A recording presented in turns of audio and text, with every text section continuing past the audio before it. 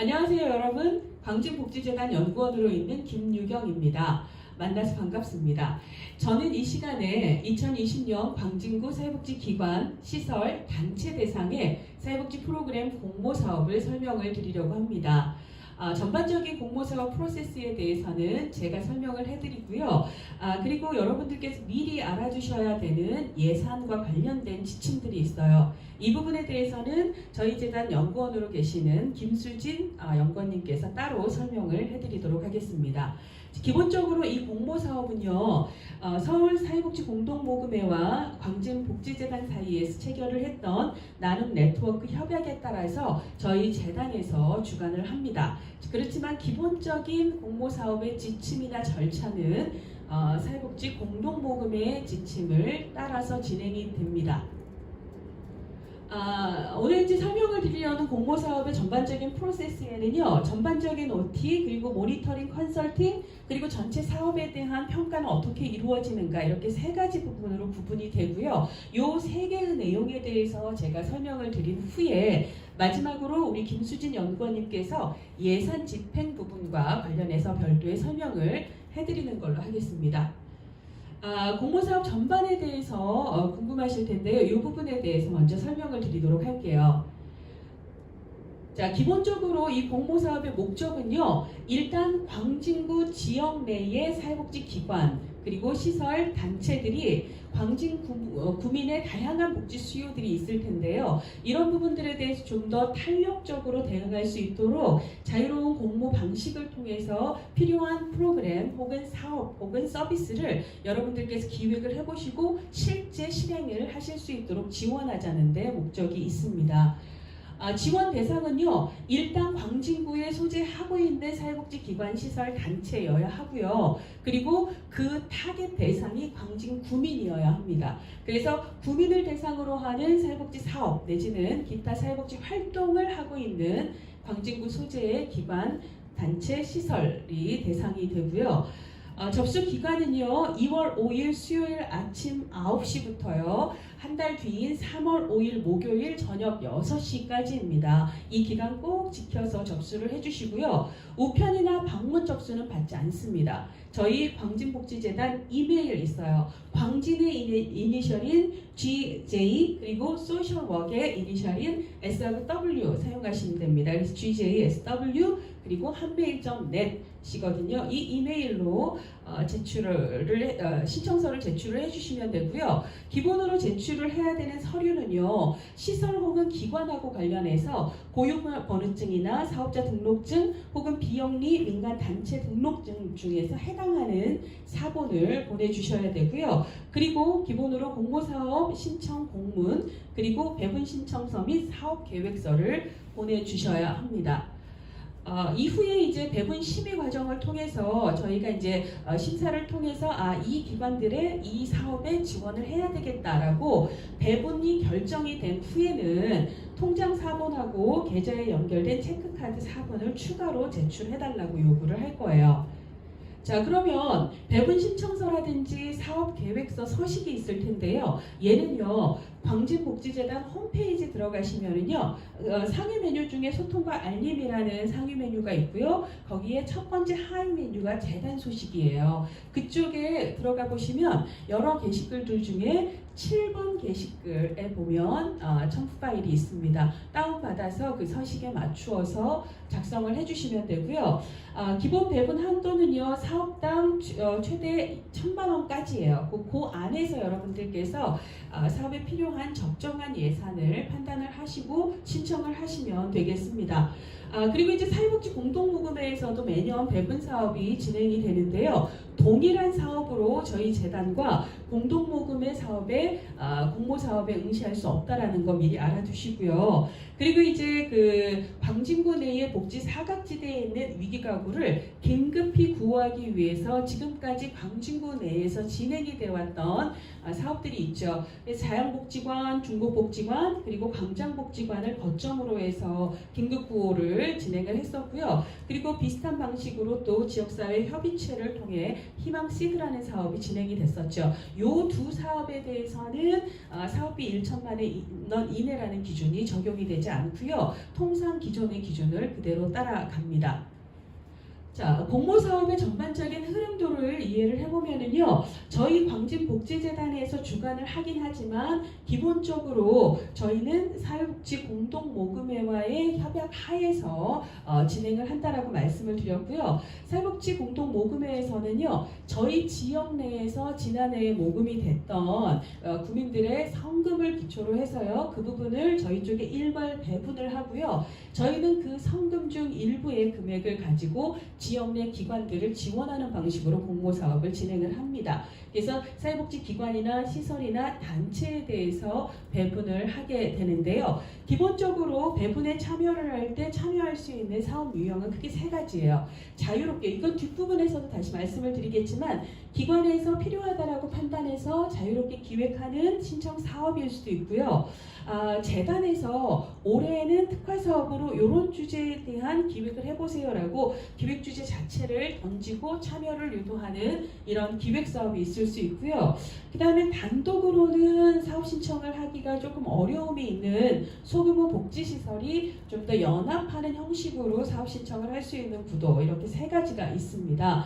자, 그래서 이제 여러분들은 이 셋 중에 어느 것 하나로 프로포저를 작성을 해서 저희에게 배분 요청을 할 수가 있고요. 저희는 배분심의위원회라고 해서요, 사회복지 관련 전문가들로 구성이 된 위원회를 통해서 그 내용을 검토를 한 후에 심의 결과를 여러분들에게 통보를 하는 방식으로 그렇게 진행을 하도록 하겠습니다. 추진 과정과 제출 서류에 대해서 조금 더 세부적으로 말씀을 드리도록 할게요.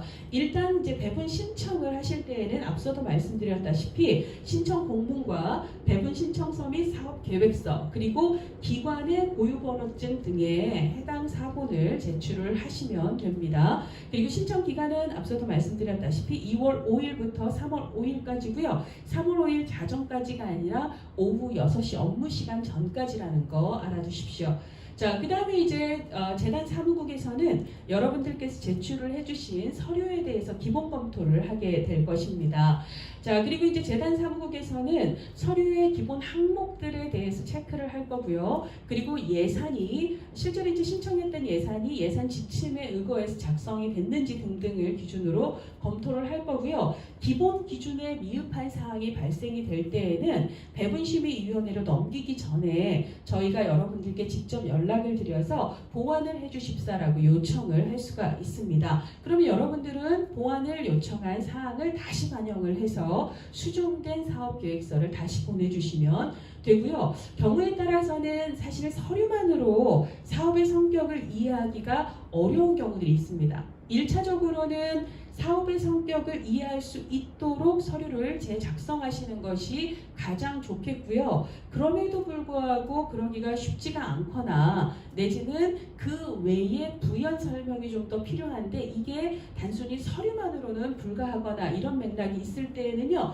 면접심사에 대해서 요청을 할 수가 있어요. 그러면 여러분들께서 배분심의위원회가 열리는 날 저희가 이제 미리 날짜를 알려드릴 거고요. 그때 오셔서 한 10분 이내로 여러분들의 프로그램에 대해서 질의응답 과정처럼 면접을 하실 수도 있다는 거 알아두시기 바랍니다.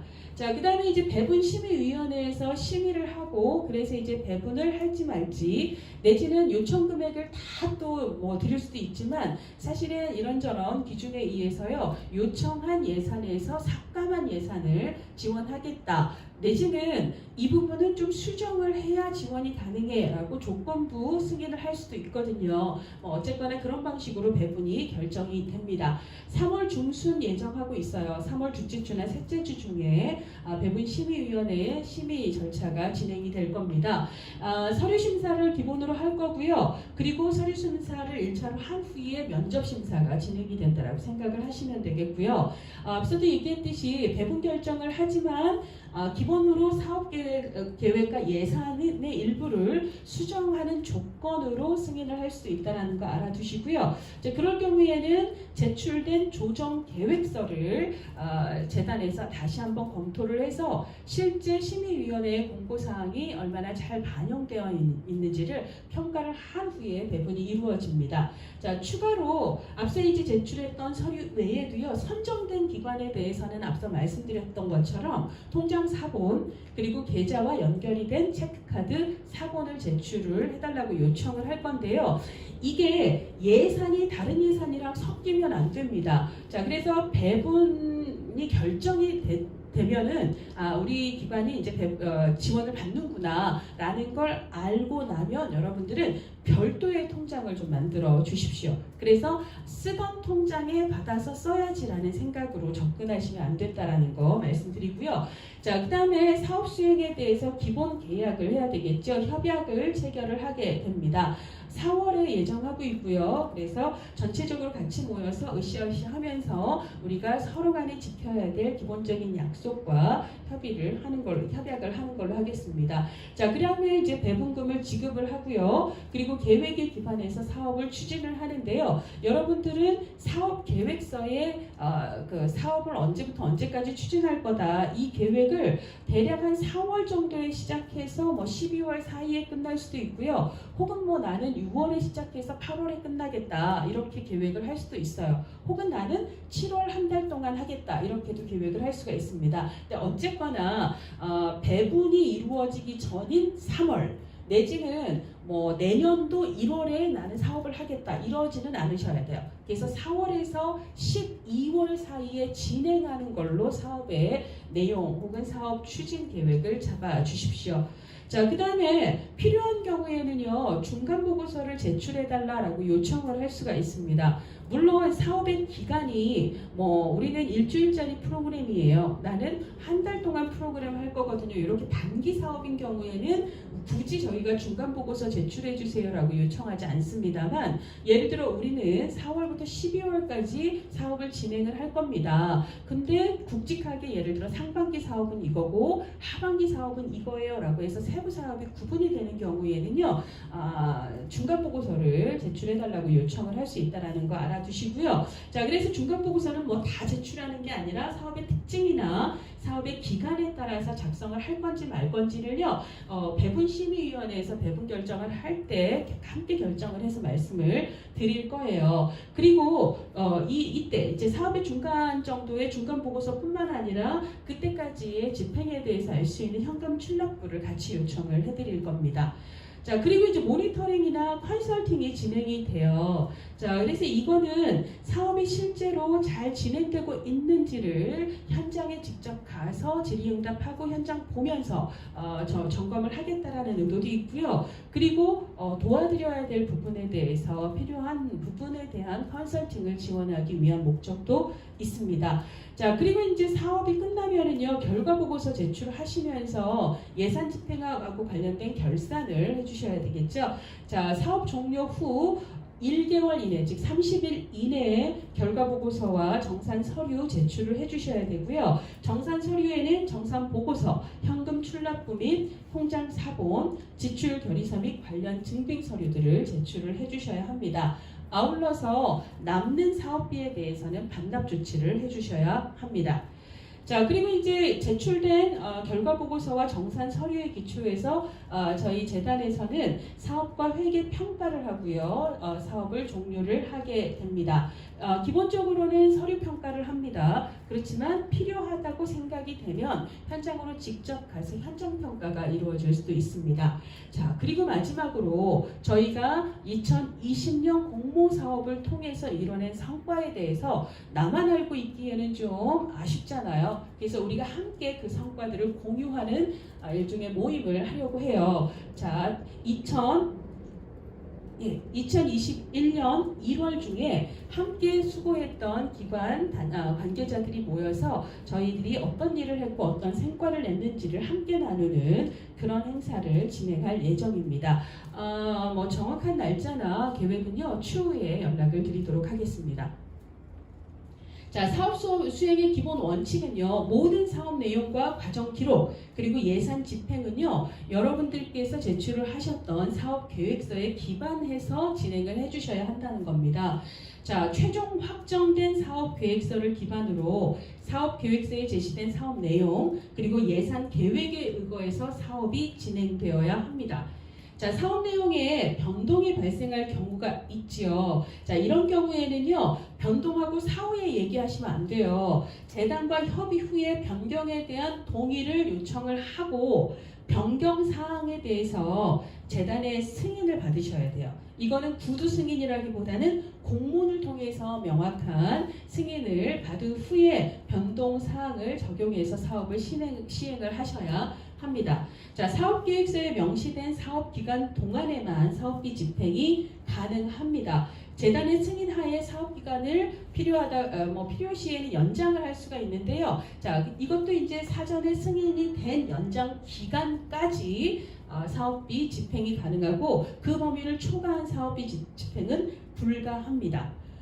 자, 그 다음에 이제 공모사업 유형이 세 가지가 있다고 말씀을 드렸는데요. 하나는 신청사업, 그리고 두 번째는 기획사업, 그리고 세 번째는 소규모 복지시설 간 연합사업입니다. 자, 신청사업은요, 기관이 지역의 복지 내지는 우리 기관 혹은 시설의 주 클라이언트들의 복지 향상을 위해서 우리는 이런 게 필요해라고 자체적으로 자유롭게 기획한 프로그램이나 사업 내지는 서비스에 대해서 신청할 수 있는 거예요. 그리고 이제 분야는 이 기준 8가지는요, 사회복지 공동모금의 기본 기준에 해당이 되는데요. 이제 여러분들이 기획한 사업의 내용이 예를 들자면 기초적인 생계를 지원하는 내용을 중심으로 할 수도 있고요. 혹은 대상자의 심리나 정서를 지원하는 내용을 중심으로 할 수도 있고요. 그 외에 교육이나 자립을 지원하는 형태, 내지는 주거나 환경을 개선해주는 형태, 내지는 보건이나 의료를 지원하는 형태, 내지는 사회적 돌봄을 강화하는 형태, 그리고 문화격차를 해소하거나 소통과 참여를 확대하는 이런 형태의 사업들이 있을 수 있습니다. 그래서 여러분들께서 구상하는 사업이 이 8가지의 카테고리 중 어디에 해당할까를 잘 생각을 하셔서요, 배분 신청서에 체크해 주시면 되겠습니다. 자, 그 다음에 이제 두 번째는 기획사업이에요. 앞서서 신청사업은 기관과 현장과 지역과 내지는 클라이언트들의 특수한 상황을 고려해서 여러분들이 자체적으로 기획한 주제라고 한다면, 이 기획사업은요, 재단에서 미리 정한 주제로 기획이 이루어져야 되는 사업이에요. 자, 이거는 이제 매년 기획 주제가 좀 달라질 수 있는데요. 2020년 저희 광진복지재단에서 선정한 주제는 4가지입니다. 첫 번째는 인권, 두 번째는 AI에 기반한 스마트 복지, 그리고 세 번째는 금융복지, 그리고 네 번째는 안전입니다. 그러니까 이 4개의 키워드를 중심으로 여러분들께서 이런 프로그램 어떨까라고 생각을 하신다면 이 기획사업에 도전을 해보실 수 있겠습니다. 자, 기획사업 이 4가지 주제에 대한 설명을 드려보도록 할게요. 첫 번째는 인권이에요. 자, 인권을 기획한 의도는요, 광진 구민의 인권의식을 높이고 보다 인권 친화적인 문화를 확산하겠다라는 의도입니다. 그래서 세부 주제는 여러분들께서 사실은 좀 참신하게 접근을 하셔서 정하시면 되는데요. 예를 들자면 사회적 약자에 대한 혐오 차별 표현에 대해서 우리가 사회적 분위기를 좀 더 나은 방향으로 환기시키고, 그리고 이제 이런 혐오 차별에 대해서 대응하고 예방하기 위한 목적을 갖는 프로그램을 기획을 해보실 수도 있을 거고요. 그 다음에 사회복지 종사자들의 인권 감수성이라고 얘기를 하죠. 그래서 인권 향상을 위한 내지는 인권 감수성 향상을 위한 프로그램을 기획을 해보실 수도 있겠습니다. 근데 이 두 주제 말고요, 이거는 예시일 뿐이고요. 여러분들이 그 외에 인권하고 관련돼서 필요한 프로그램이 뭘까를 생각을 해보십시오. 자, 그 다음에 두 번째는요, AI에 기반한 스마트 복지입니다. 의도는요, 뭐 예를 들어 고령자 내지는 장애인 등 독거 가구의 외로움을 해소하거나 내지는 치매를 예방하거나 내지는 관리하거나 혹은 생활의 편의를 도모하거나 내지는 위기의 징후를 빨리 발견을 해서 빠르게 대응을 하기 위해서 지금 여기서 얘기하는 AI 내지는 스마트 복지 뭐 어플이라든지 이런 것들이 있잖아요. 이런 것들을 연결시키는 프로그램을 기획을 해볼 수 있다는 거예요. 그래서 예를 들자면 효도하는 로봇 효돌이 있죠. 그래서 이런 효돌이를 보급해서 혼자 사시는 독거 어르신들의 말벗이 되어주는 이런 프로그램을 나는 기획해야지라고 생각을 한다면 이런 거 여러분들이 예산 책정하셔서 지원 요청을 하실 수 있다라는 거고요. 그 외에 뭐 독거 어르신들 가정에 AI 스피커를 보급을 하고 그것과 연계한 사업을 해본다라든지 내지는 스마트 어플을 이용한 프로그램을 기획을 해본다든지가 이런 AI 기반 스마트 복지에 해당하는 사업 예시라고 볼 수가 있습니다.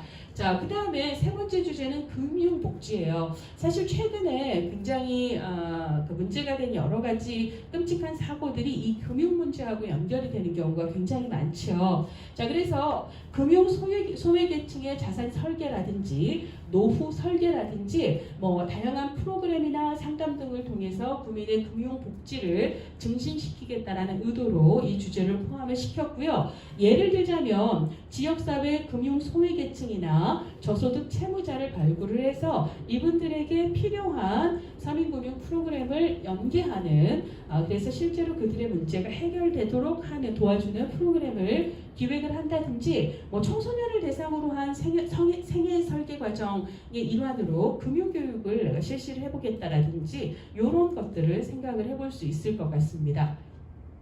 자, 그 다음에 마지막 안전이에요. 자, 안전은 뭐 종사자에 대한 사회복지시설 종사자에 대한 안전교육도 있을 수 있고요. 혹은 이용자에 대한 안전교육도 있을 수 있을 것입니다. 뭐 이런 안전교육을 통해서요. 안전의식 혹은 위기에 대처하는 능력을 높이고요. 실제로 안전사고를 유발할 수 있는 요인들에 대한 개입을 통해서 사회복지시설의 안전사고 발생 위험률을 낮추겠다. 이런 의도로 기획을 했습니다. 세부 주제 및 예시를 보면은요. 장애인 시설에서 재난 재해에 대비한 훈련 프로그램을 실시한다거나 내지는 당직 근무자 대상의 만성 스트레스 완화 프로그램 등을 통해서 일어날 수 있는 안전사고의 우려를 줄이는 류의 프로그램을 기획하겠다. 이런 것들이 이제 포함이 될 수가 있겠습니다.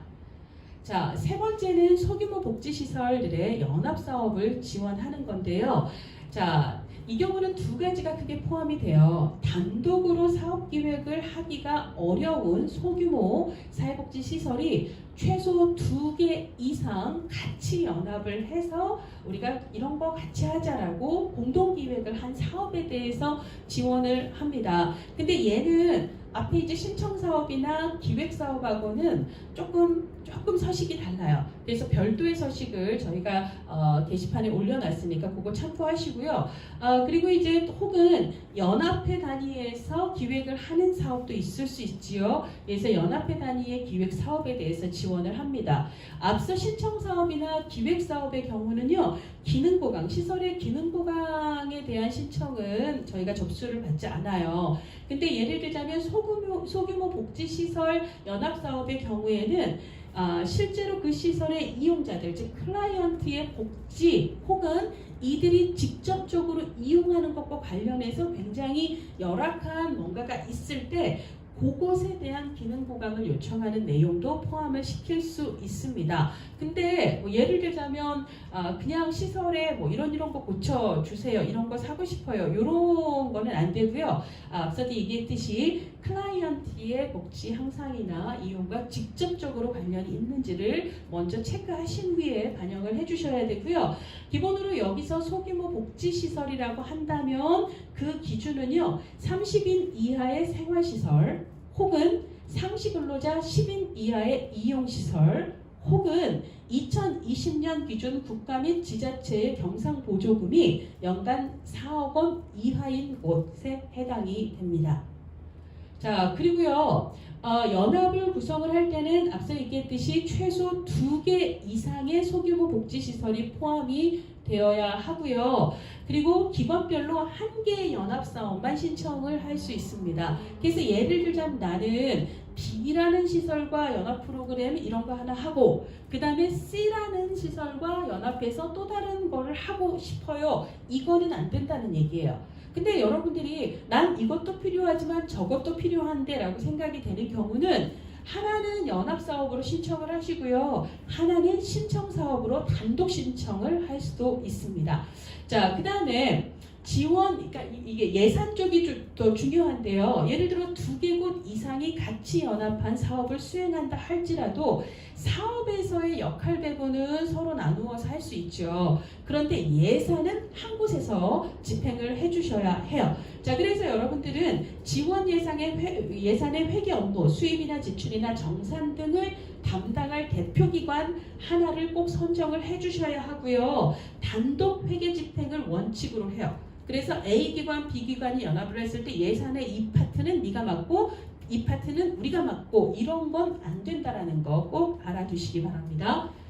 자, 그 다음에 이제 심사 기준하고 과정인데요. 기본으로 이제 과정은 앞서도 얘기했듯이 서류 심사, 그 다음에 면접 심사, 필요하다면 현장 심사 있다라고 말씀을 드렸고, 재단 사무국에서 알아서 그냥 진행하는 게 아니라 전문가들로 구성된 배분심의위원회에서 엄격한 심의 기준에 따라 심의가 이루어집니다. 자, 심사는요, 기관평가와 사업평가 두 영역에서 이루어지고요.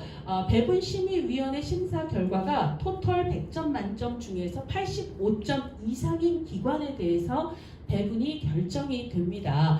자, 그럼 여러분들이 100점 만점에서 어떤 기준들이 각각 몇 점을 차지하는지를 잘 알고 계셔야 되겠죠? 그래서 선생님들께서 저희 기관에 신청을 하실 때 여러분들이 작성하신 사업계획서라든지 배분 신청서 내용을 보시면서 일단 자가평가를 해보실 필요가 있습니다. 그래서 자가평가 점수가 좀 떨어지는 부분이 있다면 그 부분을 스스로 보완을 하신 후에 제출을 하시는 게 성공률이 높아지겠죠. 기관평가는 2가지 기준이에요.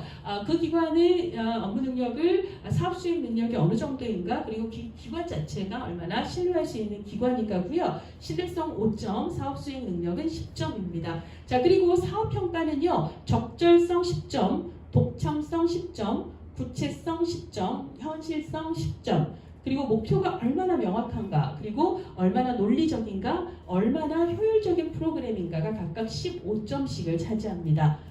그 각각의 내용을 한번 확인을 해보죠. 기관평가에서 5점, 100점이 되는 신뢰성이라고 하는 것은요, 신청한 기관이나 법인의 인적인 혹은 물적인 혹은 조직적인 구성체계가 적절한가를 기준으로 평가를 합니다. 자, 그 다음에 2번째 사업 수행 능력 10점, 100점 하고 있는데요. 신청기관이 그 사업을 수행할 만한 역량을 갖추었는가, 그래서 이전에 그 기관에서 그것과 관련한 어떤 사업들을 수행했는지 등등을 기초로 판단을 할 거예요. 자, 그 다음에 사업의 실질적인 내용과 관련해서 여러 가지 기준이 있는데요. 자, 10점 기준 100점이 되는 적절성이라고 하는 것은 사업 계획의 첫 단추가 잘못 끼워지진 않았는지부터 시작이 됩니다. 그래서 뭐가 핵심적인 문제인지, 뭐가 가장 핵심적인 욕구인지에 대한 분석이 적절했는가. 그래서 정말 필요한 문제, 정말 필요한 욕구에 대응하는 개입이라고 볼 수 있는가. 이게 바로 적절성이고요. 2번째 10점, 100점이 되는 독창성이라고 하는 것은 해당 문제에 대해서 기존에 다양한 사업이나 프로그램들이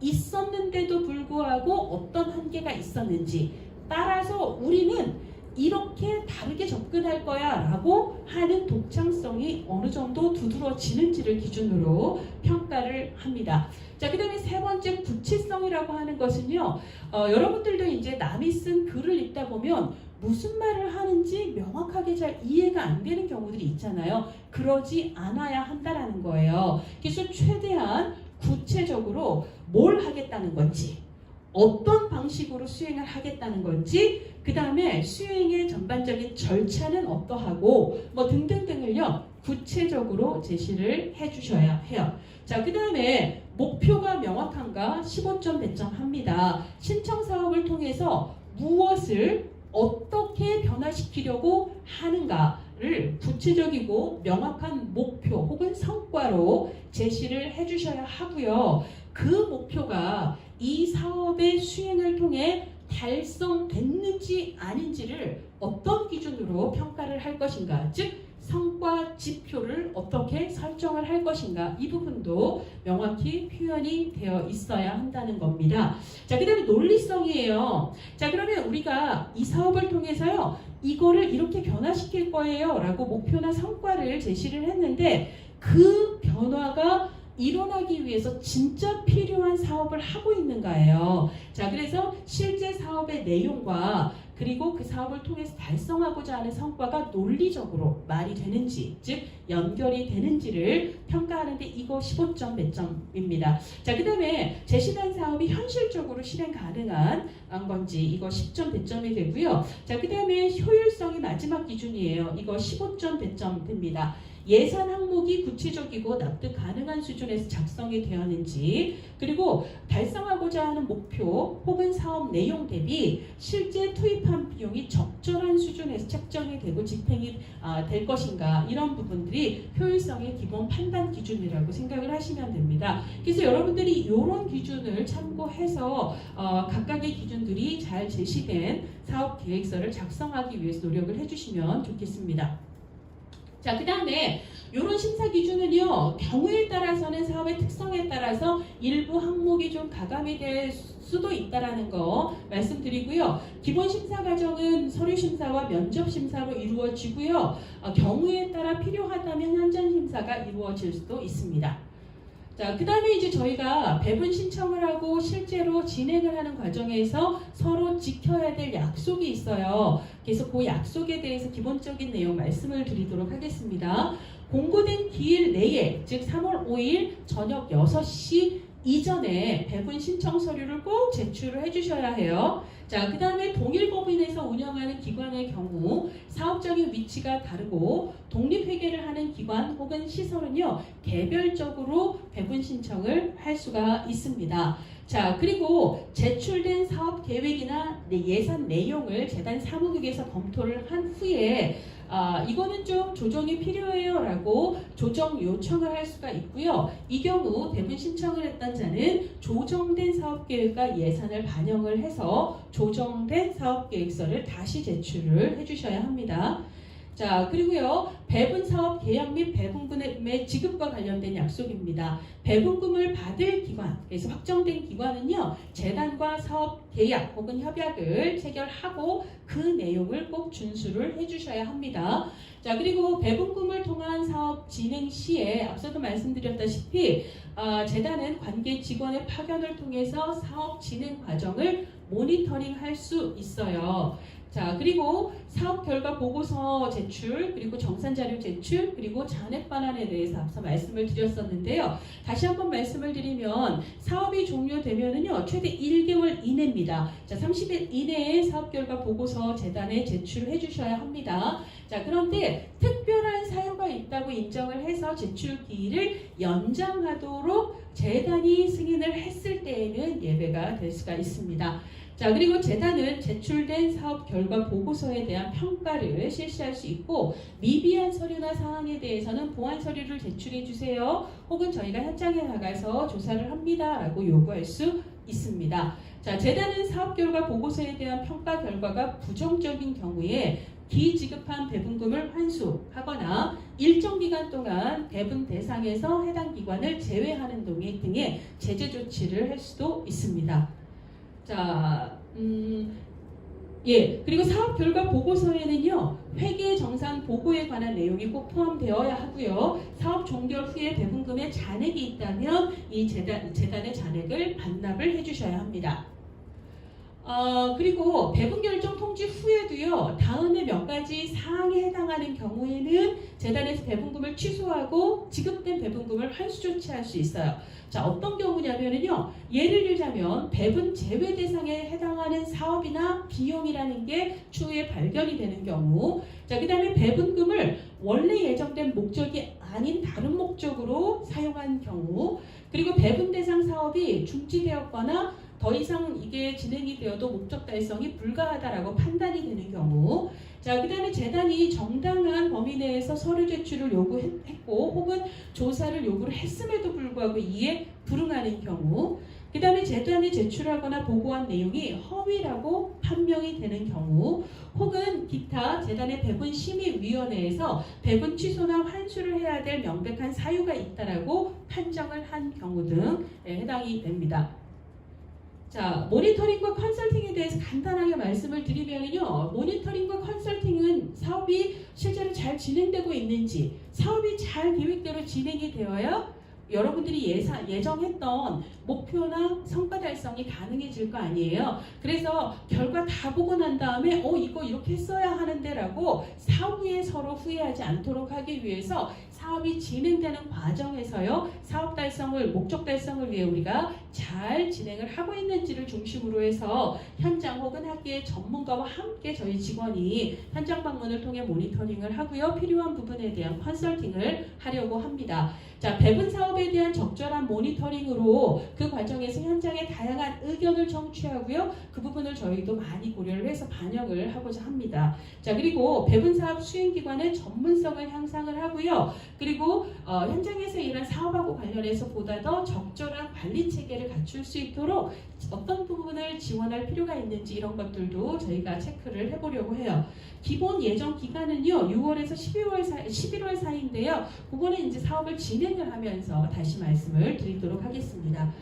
자, 그리고 이제 사업 평가예요. 자, 여기서 얘기하는 사업 평가는 여러분들이 신청한 개별 사업에 대한 성과 평가가 아니고 저희 재단에서 공모사업을 통해 여러분들로부터 서류, 결과 보고서를 받았을 때 이 부분에 대해서 이제 어떻게 평가할 것인가를 말씀을 드리는 겁니다.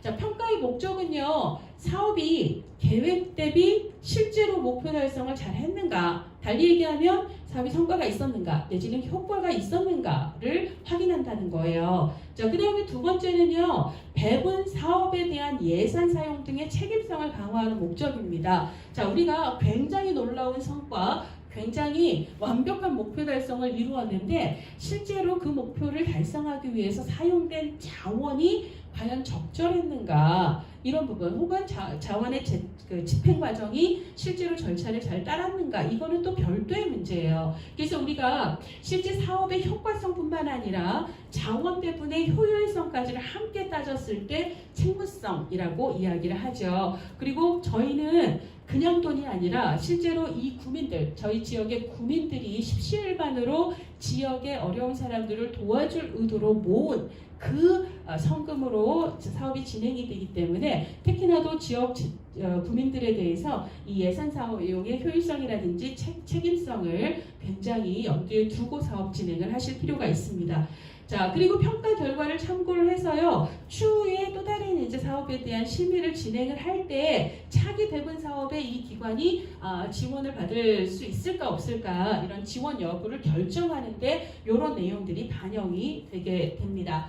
자, 그리고 사업이 진행 중인 상황이라 할지라도 사업 종료 내지는 지원 중단 내지는 지원금 회수 등의 조치가 가능한 경우가 있죠. 그래서 이거는 이제 앞서서도 말씀을 드린 거의 연장이라고 볼 수가 있는데요. 현장 방문을 하거나 내지는 여러분들께서 제출해 주신 결과 평가 보고서 이런 내용들을 취합해 봤을 때 결과가 너무 미흡하거나 혹은 사업 수행이 어렵다라고 판단이 되는 경우, 내지는 배분금을 목적 이외의 경비로 사용하는 경우, 그리고 앞서 얘기했듯이 정당한 서류 제출이나 혹은 조사에 불응한 경우, 그리고 사업 수행 안내 지침 혹은 계약했던 사항을 위반한 위배 사항이 발생한 경우, 혹은 재단에 제출하거나 보고한 내용이 허위로 판단되는 경우 등등이 있다라고 말씀을 드렸습니다. 자, 평가는 크게요, 실제 사업에 대한 평가가 있을 수 있고요. 있고요. 그리고 회계 부분에 대한 평가가 있을 수 있습니다. 크게 두 가지 영역인데요. 사업평가는 사업 수행의 과정에 대한 평가가 있고, 그리고 실제 이 사업을 통해서 이루어낸 성과에 대한 평가가 있을 수 있습니다. 그래서 평가의 기준은요, 실제 사업 운영이 적절하게 이루어졌나, 그 다음에 사업이 목표를 달성했는가, 그리고 실제로 겨냥했던 그 문제, 지역사회 문제를 해결하는 게 기여를 했는가, 그리고 전체적으로는 어쨌거나 우리가 그 돈을 써서 배분한 만큼의 성과가 있었다고 볼 수 있는가, 이런 부분들을 기준으로 사업평가를 할 거고요. 방법은 서류를 기본으로 하고, 그리고 필요할 때 현장 가서 평가를 하도록 하겠습니다. 자, 그 다음에 회계평가는요, 뒤쪽에 있어요. 우리 김수진 연구원님이 예산 집행하고 관련해서 더 세세하게 말씀을 해주실 거예요. 기본으로 배분금을 적정하게 집행했는가의 여부를 평가를 할 거고요. 모금회와 재단의 지침과 기준에 따라서 합의된 절차대로 집행이 됐는지를 판단을 합니다. 그래서 기본 평가는 이제 서류를 기반으로 한 평가를 하게 될 겁니다. 자, 그 다음에 평가 항목을 조금 더 세부적으로 보시면은요, 사업 수행이 계획 대비 잘 진행이 됐는지, 그 다음에 두 번째, 적절성인데요. 사업의 목적과 수행의 내용이 잘 일치하는지, 그리고 대상자를 잘 적절하게 선정을 했는지, 그리고 투입된 인력이나 동원된 자원이 실제 사업의 전체적인 내용을 고려를 했을 때 그 정도면 적절하다고 볼 수 있는지를 평가할 거예요. 자, 그 다음에 이거 중요하죠. 모금회의 회계 지침을 잘 준수를 했는지, 그리고 사업이나 예산에서의 내용이 변경이 될 때 사전 협의와 승인 과정을 거치라고 말씀을 드렸는데요. 이런 절차를 잘 준수했는지, 그 다음에 네 번째는 사업 관리예요.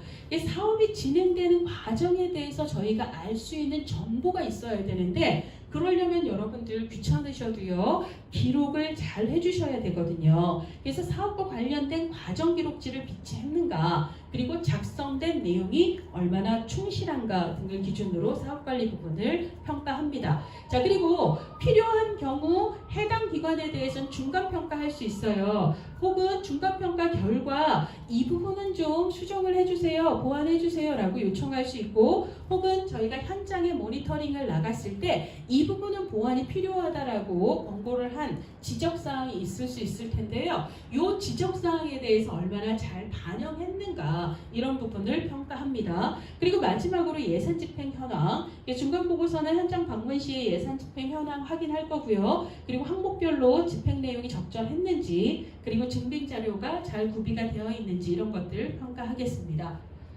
자, 그 다음에 평가를 위한 제출 서류를 보면은요, 많이 있어요. 이 내용은 사회복지 공동모금의 기본 지침에 의해서 요구하는 거니까 숨이 탁 막힌다 이런 느낌이 들더라도 철저하게 좀 지켜주세요. 사업평가를 위해서는요, 기본으로 최종 조정 사업 계획서와 그리고 사업 결과 보고서 및 정산 보고서 기본으로 제출을 해주셔야 되고요.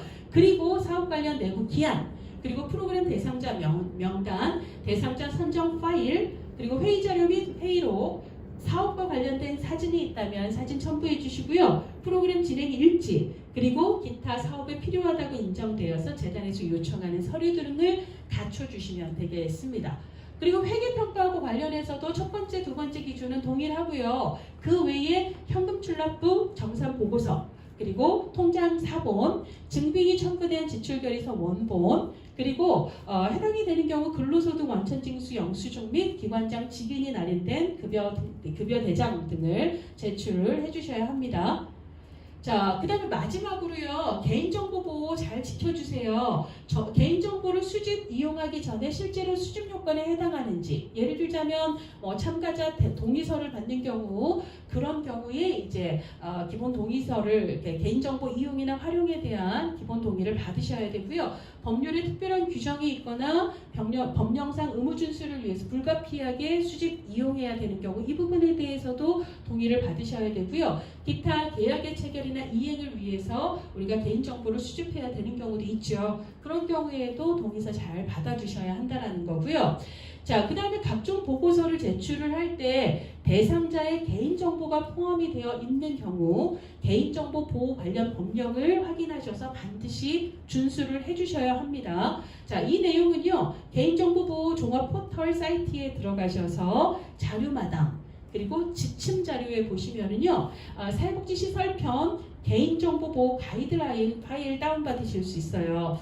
그거 참고하셔서 이 내용 여러분들이 꼭 지켜주시기를 바랍니다. 제가 설명드리려고 하는 내용은 여기까지예요. 이후에 예산 집행과 관련해서는 김수진 연구원님께서 또 설명을 드리도록 하겠습니다. 자, 이 공모 사업하고 관련해서 궁금하신 점이 있으실 때에는요, 언제라도 저희 재단 홈페이지에 질의해 주시고요. 혹은 뭐 전화로 혹은 저희 재단 이메일로 문의를 해주셔도 친절하게 안내를 해드리도록 하겠습니다. 설명 들어주셔서 감사합니다.